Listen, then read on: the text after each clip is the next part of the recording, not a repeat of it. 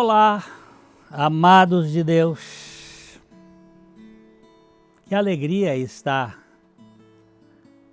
em contato de novo com vocês através deste nosso programa.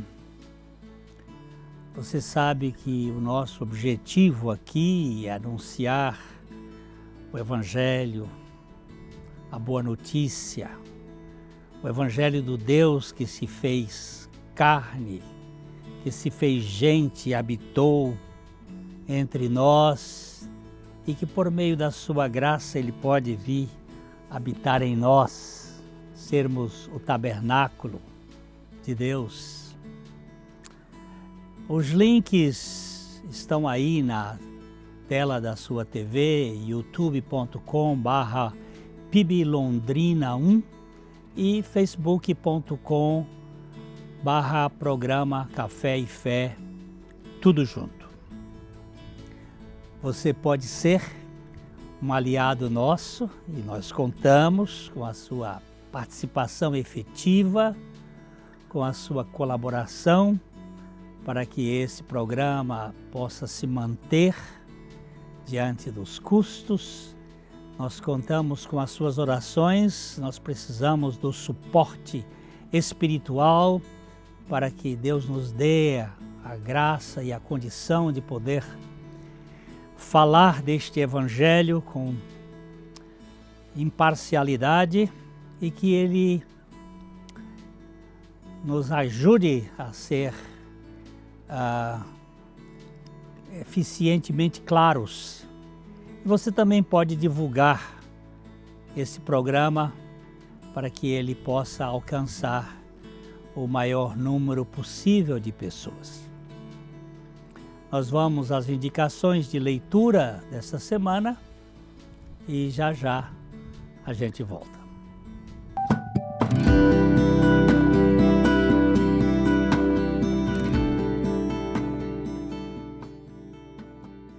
Hoje eu trouxe um livro aqui para a sua estante. É um livro clássico, um livro fantástico. Na verdade, é uma coleção. Esse é o segundo volume. O terceiro ainda não foi publicado. Chama-se O Descortinar do Drama da Redenção. Eu já fiz a apresentação do primeiro livro numa outra ocasião e agora saiu este segundo livro. O Dr. Scroggie, que foi um homem maravilhoso na Inglaterra, ele levou 40 anos para escrever esta obra, que está em 3 volumes. O Descortinar do Drama da Redenção. E ele faz como se fosse realmente um drama. O livro propõe a seguinte divisão: um prólogo, que é Gênesis de 1 a Gênesis 11:9, o primeiro ato, que é Gênesis 11:10 até Malaquias, o interlúdio, que é o tempo entre Malaquias e Mateus, o segundo ato, que é de Mateus a Judas, e o epílogo, que é Apocalipse. Olha, pensa num curso de teologia que você pode ter em sua casa. Esse livro aqui é fundamental. Os 3 volumes, espero que o terceiro volume saia logo, antes de Jesus voltar, que vai ser uma bênção. Se você precisar dele, pode entrar em contato com a livraria da PIB Londrina e você terá a condição de receber em sua própria casa.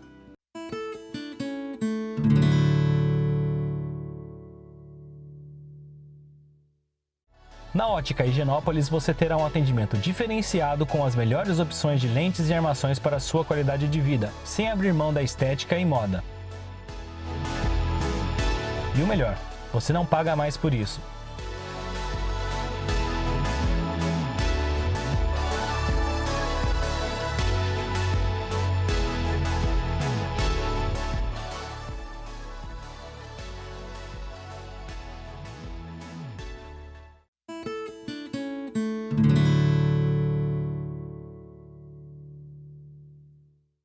Hoje nós vamos falar um pouquinho sobre o casal chato. Viver em família, viver juntos, como viver. E alguém me perguntou como se faz para conviver com a pessoa que vê mais defeitos do que virtudes em você. Como se faz para viver com uma pessoa que vê mais problemas do que soluções? E acrescentou: quase tudo é motivo de implicância. Eu já não sei como agradar, pois o nosso relacionamento tornou-se sem graça. O que é que você me diz disso, Glênio? Como é que a gente pode viver assim? Possivelmente, eu disse, vocês perderam os motivos de uma saudável admiração. Vocês provavelmente pararam de se admirar. Um dos maiores, os mais sérios problemas de um casamento é a rotina, é a mesmice, que sorrateiramente mina a relação e acaba com os elogios. Você viver aquela goteira o tempo todo. Quando o casal se acostuma um com o outro, é comum perder a fineza. A falta de cordialidade é ferrugem que corrói as relações. Vai minando, vai atacando, vai retirando a força da comunhão. Então, aquela chatice frequente, aquela rabugice, vira um cultivo diário e a antipatia é implantada nos corações, produzindo reações implicantes. Aquilo que antes era tão gostoso vira uma coisa antipática. A falta de zelo faz murchar a planta e com o tempo seca e morre. Se alguém não cuida do seu jardim, ele vira matagal e as flores ficam sufocadas e acabam morrendo. Desfaz a beleza daquele jardim tão cultivado. A ausência de cuidado permanente, faz um relacionamento se tornar sem sabor e com o tempo ele perde o gosto totalmente. As pessoas ficam ali por dever, ficam ali porque têm responsabilidade, ou ficam ali porque têm patrimônio e querem preservar, mas não tem uma relação agradável. Todo casamento carece de cultivo. E todo cultivo do relacionamento exige admiração. Sem admiração, o casal se desestimula. Nós precisamos ser geradores de estímulos. Os elogios, não elogios baratos, mas os elogios, eles ajudam tremendamente o relacionamento, o significado das amizades. As flores são cultivadas com adubo. O corpo é cultivado com alimentos. E as almas são cultivadas com estímulos amáveis, com afetos, com admiração. Isso é necessário. Mas isso não quer dizer lambeção, sem critério. O bom cuidado tem sempre um bom senso. Um tratamento compreensivo e adequado é necessário para que as relações, não só de um casal, mas de amigos, essas relações tenham valor, sejam queridas. Como é bom conviver com pessoas que se tornam parte da solução, que compartilham. A admiração cega é pura estupidez. Não estou falando disto. Os pulgões na planta precisam ser pulverizados. E os defeitos de caráter precisam ser encarados para serem tratados. Eu não estou falando de coisas que nós temos que passar por cima, mas precisamos tratar com carinho, para não ferir e magoar. Nós precisamos retirar os pulgões das plantas sem matar a planta. E muitos jardineiros, eles podam tanto a planta que acabam matando. Corrigir exige habilidade e moderação. Corrigir um amigo é um bom exemplo, porque não se faz com brutalidade, se faz com cuidado, com amizade, se corrige. Não é por aqui. Mas isso tem que ter uma habilidade que eu acho que nós dependemos da graça de Deus para tanto. Não existe casamento sem diferenças, sem discórdias, sem problemas. Embora precisa se discordar sem agredir.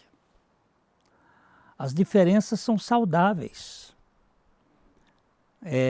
Ser diferente não é algo que a gente deve negar ou expulsar. Um casal em que o marido e a mulher têm um temperamento muito igual pode cair na monotonia. Ser diferentes não quer dizer que são antagônicos. As diferenças são ricas, são muito preciosas. Os instrumentos musicais, nós temos os de sopro, nós temos os de corda, nós temos os de percussão, e cada um tem o seu tipo, mas quando você coloca aqueles instrumentos todos dentro de uma orquestra e gera uma harmonia, você tem uma sinfonia extraordinária. Eu então virei para ele: parece que vocês já se tornaram chatos demais um com o outro. Não sei, mas tudo faz crer que vocês se tornaram implicantes. Vocês estão se digladiando e não fazendo um dueto. É um duelo e não um dueto, para dizer como um amigo meu.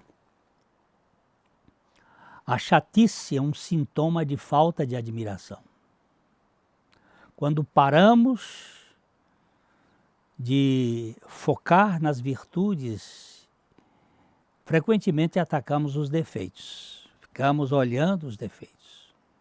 Isso traz resultados trágicos. Não há pessoas perfeitas. E são raros aqueles que não tenham alguma virtude.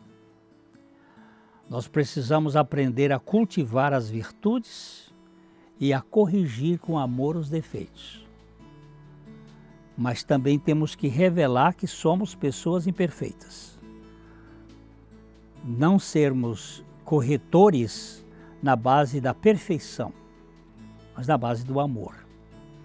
Eu acho que a gente pode dar uma paradinha aqui e logo voltamos para complementar aqui algumas ideias.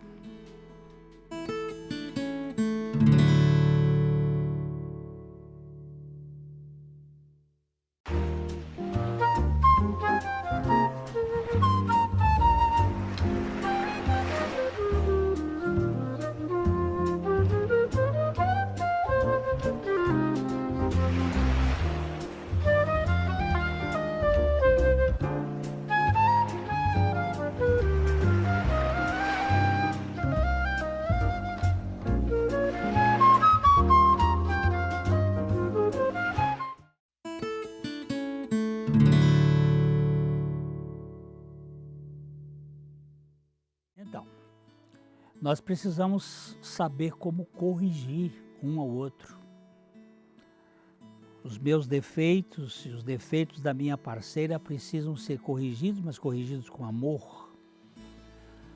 Quando nós vemos alguém pegando no pé um do outro, é porque não vemos motivos de apreciação no outro e descuidamos da amizade, de desenvolver a amizade. A amizade precisa de cultivo.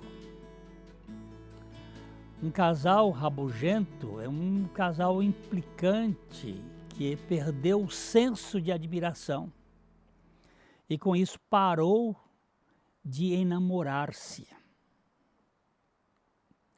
Os namoros normalmente são bem interessantes. Os namorados admiram e quanto mais se admiram, mais firmes se sentem um com o outro. Volto a dizer, não estou falando de lambeção, estou falando de admiração. Não é bajulação, é admiração. Não estou falando de cegueta, que não vê erros e defeitos, mas de cultivo de virtudes, antes de tudo, para poder tratar dos problemas com amor e desvelo. Eu estava dando uma ajuda, um suporte a um casal que estava tendo dificuldades e peguei um dos deles para tentar fomentar as virtudes do outro. Você vai falar um pouco mais daquelas virtudes que o outro tem. E aquilo foi um processo assim, de repente, a pessoa que fomentava a virtude na conversa, disse, olha como você fez bem isso hoje.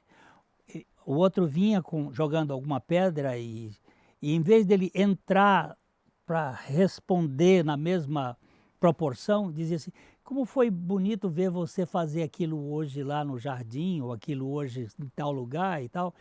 Levantou, depois de umas 2 ou 3 semanas, ele disse, por que você não quer mais brigar comigo?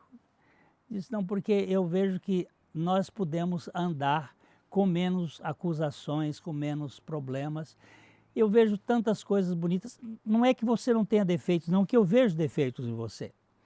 E aí começaram a ter conversas mais agradáveis. As flores são bonitas. E as almas são famintas de significados. Se damos o maior cuidado ao significado positivo, podemos fazer as almas tão bonitas quanto as flores. É cuidar delas. Hoje eu estou gravando aqui esse programa com uma alegria no meu coração, porque durante 4 meses eu lidei com um casal com lutas. E hoje eu almocei com um dos membros do casamento que estava desfeito, e agora está retornando numa comunhão diferente. Isso traz muita alegria. Os melhores remédios para tratar uma alma faminta de significado é apresentar Cristo crucificado a ela, o Evangelho que tem o poder de transformar as pessoas de dentro para fora. Transformar de fato, transformar radicalmente. Nós podemos ser mudados e mudar de maneira real. Eu não considero aquela novela do Jorge Amado, Gabriela, como última palavra. Eu nasci assim, eu cresci assim, eu vivi assim, Gabriela. Não, eu posso ter nascido assim, crescido assim, vivido assim, mas o Senhor Jesus Cristo pode me fazer assado, pode me fazer diferente, me fazer totalmente mudado. Eu creio neste Evangelho e por isso estou aqui. Eu não estaria com vocês mostrando o que o Evangelho faz, porque eu tenho experiência também na minha vida. Quando você pode mostrar para esta alma o que Jesus fez ao morrer na cruz e ressuscitar, para que ela seja transformada de dentro para fora. Se você tem certeza de sua regeneração em Cristo, mesmo que você tenha os seus próprios defeitos, e mesmo que você tenha direitos, mesmo que você tenha certas coisas, você pode verificar como Deus pode mudar e trazer solução para o seu casamento. Se eu for uma nova criatura em Cristo Jesus, ainda que eu seja uma pessoa defeituosa neste mundo, eu posso ser uma pessoa adequada no relacionamento conjugal. Eu posso pedir perdão, eu posso renunciar, porque tenho condições. Essa condição é dada por Cristo. Ele vive em mim. Ele vive uma vida em mim que muda as coisas. Se eu puder mostrar em mim a vida de Cristo à minha esposa, e minha esposa tiver a garantia de sua morte com Cristo, ela ficará livre de sua mania de querer sempre ter a última palavra. Isto e vice-versa. A alma salva de si mesmo é capaz de ser parte da solução e não parte do problema. Se nos percebemos aceitos no amor de Deus, no amor de Abba, no amor do nosso Pai, nós podemos aceitar o outro. Isto é maravilhoso. Eu posso dizer, meus queridos, que um casal implicante é um par que é ímpar, já que se nutre da doença um do outro. Ele não se nutre da comunhão e do relacionamento amistoso um com o outro.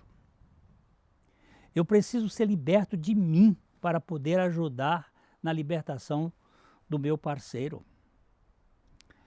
Eu preciso ser liberto também das minhas manias Eu estou falando para um dos membros daquele casal chato. Eu preciso ser liberto de mim para poder ajudar a libertação do outro. Normalmente não é o outro o meu maior problema, sou eu. Eu preciso ser liberto de mim. Aquela pessoa que me procurou agora começou a ficar reflexiva e soltou uma palavra bem certeira. Acho que eu também sou implicante. Ele estava falando do parceiro dele como implicante, mas agora ele disse, eu acho que eu também faço parte disto. Diz um velho provérbio que duro com duro não dá bom muro. Se eu me vejo como parte do problema, então pode haver restauração. Para que haja transformação de vida, é preciso que haja arrependimento de quem eu sou. Não é só arrependimento do que eu faço, mas de quem eu sou. O casal menos complicado nesta vida é aquele que expressa a vida de Cristo em seu modo de ser e de viver. Para que isso aconteça, é preciso que o ego seja crucificado com Cristo e que Cristo venha a ser a fonte de vida em cada um deles. Não estou falando de religião, de filosofia, de não sei o quê, eu estou falando de vida real substituída. A substituição da minha vida pela vida de Cristo.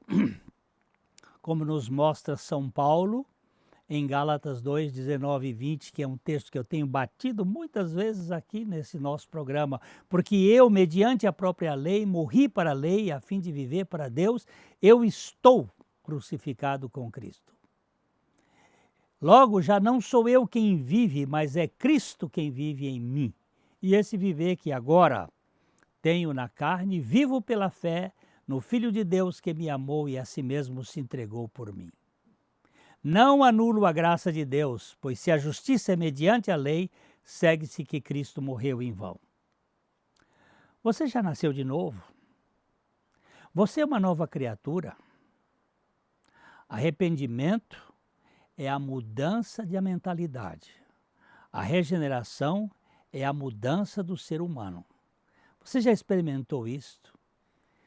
Se eu e você formos novas criaturas em Cristo Jesus, com certeza nós seremos parte da solução em qualquer relacionamento problemático neste mundo.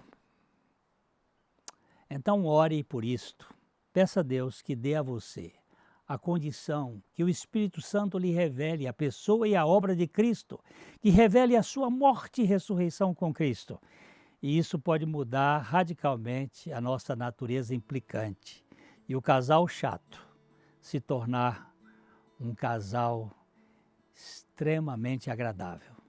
Que Deus conceda a você e a mim esse privilégio de vivermos em comunidade, no nosso lar, para que os nossos filhos vejam, além das nossas palavras, um casal que realmente vive para a glória de Deus.